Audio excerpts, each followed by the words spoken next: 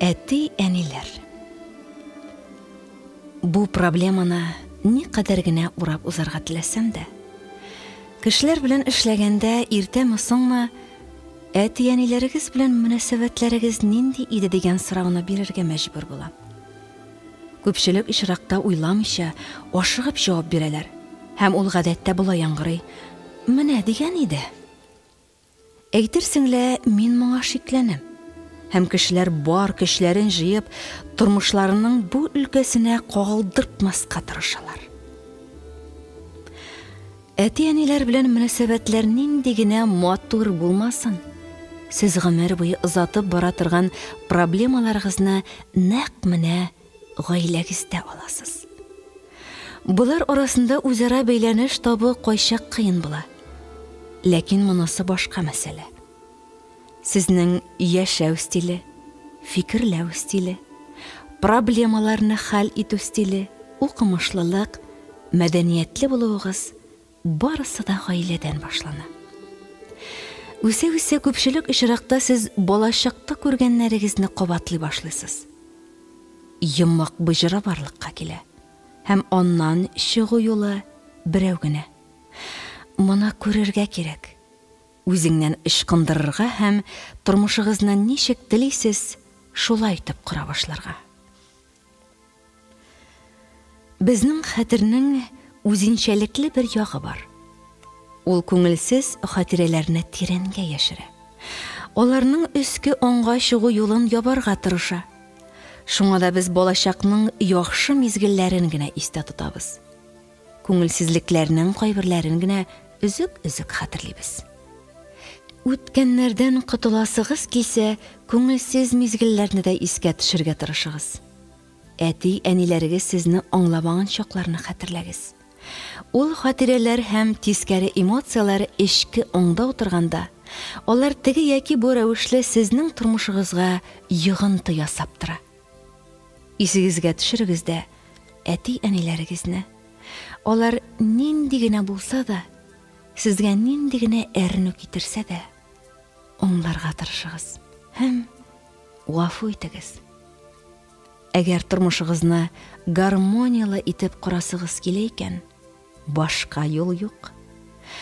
Бу сезнең бәхетегезнең нигез ташларының да иң мөһиме. Сез әти-әниләрегез белән мөнәсәбәтләрегезнең ни дәрәҗәдә кызыклы булуын беләсезме? Сез алардан ни кадәр генә качарга тырышсагыз да, алар һәр даим сезнең янәшәдә. Алар сезнең начальнигыз образында, ир яки хатын образында яши. Күп ишракта кешеләр үзләренә, әтиләренә яки әниләренә охшаган хатын яки ир сайлап ала. Ягъни без әниләргә өйләнәбез, әтиләргә кияүгә чыгабыз. Һәм бу аңлашыла да. Кыз бала беренче булып яраткан ир кеше кем ул? Әтисе. Үсә төшкәч, хатын-кыз үзеннән үзе. Әтисе белән мөнәсәбәтләре бик яхшы булмаса да, әтисенә охшаган ир атны сайлый. Ир егетләр белән дә шуңа охшашлы хәл. Кайчак шулай да була. Ир кеше әтисенә өйләнә, хатын-кыз әнисенә кияүгә чыга. Бу бала чакта гаиләдәге мөнәсәбәтләргә бәйле. Кешеләр әти-әнисенең кайсы белән эшләргә кирәк, кайсын аңларга һәм гафу итәргә кирәк. Гадәттә шуны сайлый. Без тормыш сабакларын шулай итеп алабыз. Үз минебез өстендә шулай эшлибез. Сезнең ирегез шундый булганга кем гаепле? Ни өчен кайнана киленен яратмый, яисә киресенчә? Чөнки алар бер-берсенә охшаган. Алар бер-берсенең чагылышы. Бер-берсенә карап, алар көзгедәге кебек үзләрен күрә. Кем үзен ярата һәм кабул итәсең? Андый кешеләр сирәк очрый. Инде кияү белән хатынның әнисе арасындагы мөнәсәбәтләрне мин сезгә өйгә эш итеп калдырам. Бу проблемаларны хәл итүдән ничек кенә качарга тырышсак та, алар һәр вакыт безнең белән булачак. Чөнки аларны тудыручы безнең үзебездә яши. үзеңнән качып булмый. Бер ханым яшь чагында бер егет белән очрашып йөри. Бик яратып йөри. Олар арасындагы мөнәсәбәтләр искиткеч матур була. Ләкин аларның аралары üzелә. Ул үзе дә ни өчен икәнен аңламый. Соңыннан бу ханым нәкъ әтисенә охшаган бер иргә кияүгә чыга. Әтисе белән мөнәсәбәтләре әллә ни яхшы түгел икән. 7 ел яшәгәч, алар аерылышалар. Хәзер инде бу ханымның тормышында тагын бер ир барлыкка килгән. Ул аңа кияүгә чыгарга җыена. Ул әтисенең кармасыннан сабак алганмы? Вакыт күрсәтер. Биредә мине әти-әниләрегез белән кушылу өчен бер күнегү тәкъдим итәр идем.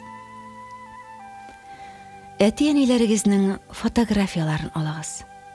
Һәр кайсыныкы аерым булса яхшырак. Әгәр әти-әниләрегез сезне ташлап киткән булса, аларның фотоларын табарга тырышыгыз. Әгәр монысы да мөмкин түгел икән, аларның образын күз алдына китерегез. Әти-әниләрегез белән бәйле уйларыгызны, хис кичерешләрегезне, эмоцияларны уята башлагыз. Буларның берсенә дә каршылык күрсәтмәгез. Алар өскә калаксын һәм аксын.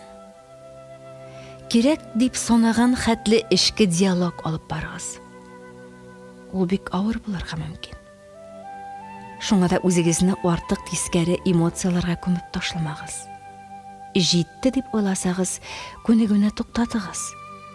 Күпмедер вакыттан соң әйләнеп кайтырсыз.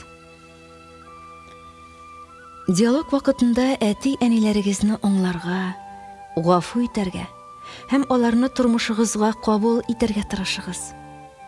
Алар сезнең өчен кулдан килгән кадәресен эшләгәннәр. Алар сезгә начарлык теләмәгән. Алар сезнең өчен шулай яхшырак булачак дип уйлаган. Әти-әниләрегез сезгә геннарын тапшырган. Сез тулысы белән үзегезнең әти-әниләрегездән торасыз. Сезнең иң зур өлешегез алар. Сез аларга карыйсыз, димәк сез үзегезгә карыйсыз.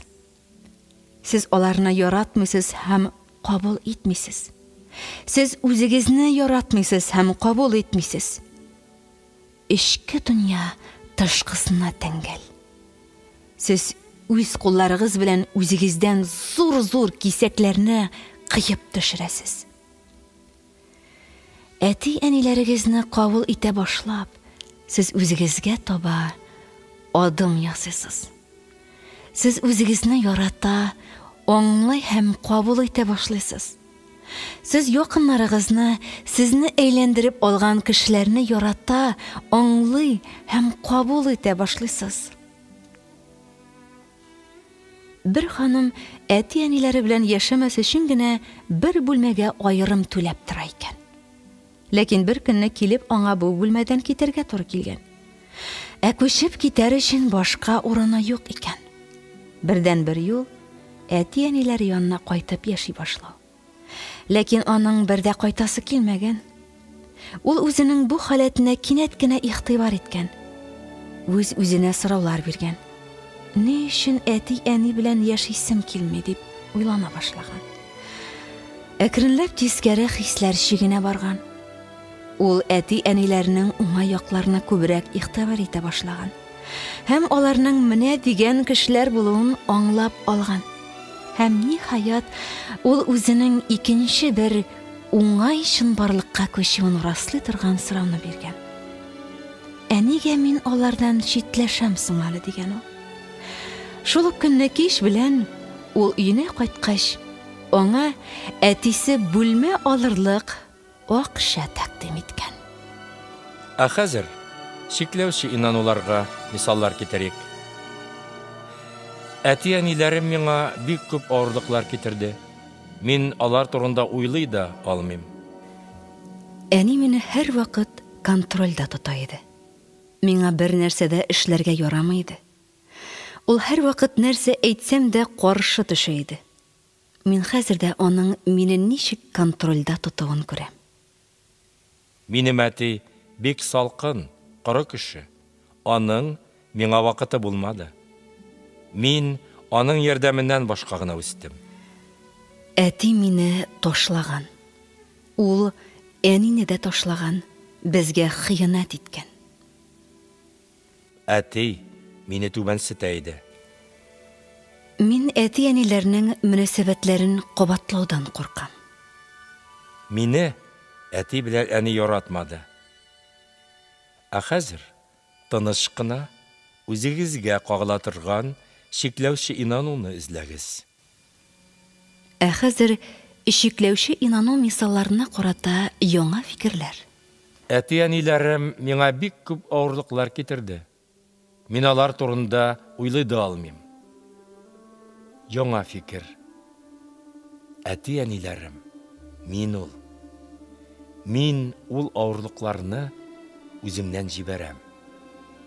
Мин әти-әниләрем турында уңай хатирәләр һәм уйларга юл бирәм. Әни мине һәр вакыт контрольдә тота иде. Миңа бер нәрсә дә эшләргә ярамый иде. Ул һәр вакыт нәрсә әйтсәм дә каршы төшә иде. Мин хәзер дә аның мине ничек контрольдә тотуын күрәм. Яңа фикер. Мин үзем өлкән кеше инде. Мин тормышымны үзем шәйтеп кыра алам. Минем әти бик салкын, коры кеше. Аның миңа вакыты булмады. Мин аның ярдәменнән башка гына үстем. Яңа фикер. Минем әти менә дигән кеше. Ул минем өчен кулыннан килгән хәтлесен эшләгән. Аның аркасында мин мустақил яшәргә өйрәндем. Әти мине ташлаган. Ул әнине дә ташлаган, безгә хыянат иткән. Яңа фикер. Мин ялгызлык турындагы уйларны үземнән җибәрәм. Мин иратларга ышанам һәм аларны тормышыма кертәм. Әти мине түбәнсетә иде. Яңа фикер. Мин түбәнсетелүдән курку хиссен үземнән җибәрәм. Мин үземә карата хөрмәт хисен тәрбиялим. Мин әти-әниләрнең мөнәсәбәтләрен кабатлаудан куркам. Яңа фикер. Мин бу тормышта үз юлымны сайлыйм. Мине әти белән әни яратмады. Яңа фикер. Мин үткәннәрне үземнән җибәрәм һәм әти-әнимне гафу итәм. Мин әйләнә тирәмдә ярату хисен күрергә өйрәнәм. Ә хәзер тыныч кына үзегезне шикләүче инануны алыштыру өчен яңа фикер булдырыгыз. Гадәттә, кешеләр әти-әниләре белән мөнәсәбәтләр өстендә эшләгәннән соң, алар белән төрледән-төрле урыннарда очраша башлый. Бөтенләй чит кешеләр сезнең әти-әниләрегез кыяфәтендә күренергә мөмкин. Моның нәрсә аңлатуын ачыклап китик. Әгәр сезнең әтиегез белән әниегез бик күптән сез бәләкәй чакта ук аерылышкан булса, сез әтиегез белән очраклы гына урамда яки берәр учреждениедә очрашырга мөмкин. Яки тышкы кыяфәте яисә холкы белән әтиегезгә охшаган кеше очравы ихтимал. Хәтта бер ханымның әтисен икенче бер хатында да таныган чагы булды. Аның әйтүенчә, ул аның төгәл күчермәсе булган. Әниләр белән дә шул ук хәл. Тормышыгызда шушындый хәлләр килеп чыга башласа, бу әтиегез яки әниегез белән бәйле блокның өскә калкуы турында сөйли. Аның өстендә эшләр вакыт җиткән. Сезнең тырышлыклар җимеш бирә башлады. Һәм ул блокны иреккә җибәрү өчен төгәл вакыт килеп җитте. Сез нәрсә аңларга тиеш һәм кемне гафу итәргә?